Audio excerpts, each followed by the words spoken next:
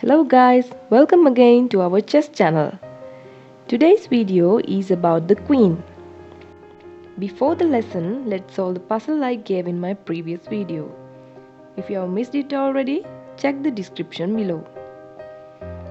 In this puzzle, we can set a powerful fork. For that, the key square is d7.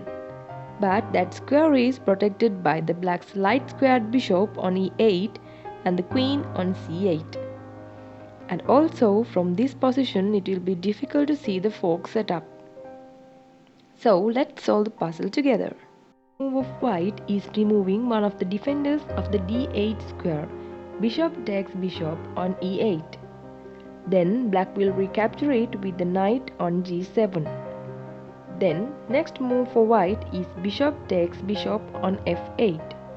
Then black will recapture it with the king. Now comes the tricky move. Queen takes rook and black will take the queen. Now white can strike directly to the heart of the black. Knight to d7 check and attacks the queen on b8. Now once black king moves, white can take the queen. Now white has huge advantage and easily win the game. Now I would like to ask you a question. Why don't black take the bishop with his queen instead of his knight in the black's first move in this puzzle? Now we are back at the lesson. The queen. She is the most powerful piece on the chessboard. The queen combines the powers of the rook and the bishop and is worth 9 pawns, or 2 bishops and a knight, or 2 knights and a bishop, or a rook, bishop and pawn, or any other combinations of pieces.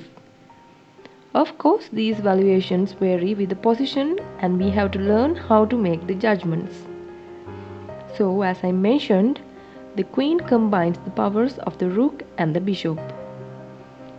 So, she can move as far as she is unblocked, horizontally, vertically or diagonally. So this queen on the central square controls all of these squares, a really powerful piece. Now let's do some exercises. Here, white has mate in 1. Do you see it? Queen d6 is checkmate. The white pawn on c5 guards the d6 square and the black king has nowhere to go. What is white's best move in this position? Queen d5 check wins the rook with a fork. In this position, white has mate in 1. Do you see it? This is a little tricky. Take a moment. The only way to checkmate is to promote your pawn. a8 queen, checkmate. Here, white has mate in 1 again. But this one is very tricky. Take your time. The right move is king g6 checkmate, a discovered attack. A discovered attack is when you can move one piece opening up the attack of another piece. In this position, the white queen on b3 is blocked in its attack on the black king on g8 by a white rook on d5. When that white rook moves, it is a discovered attack. The white queen will have discovered check onto the black king. Notice, of course, that if white plays either rook d8 check or rook g5 check, the king is attacked two ways. This is called a double check. Very powerful.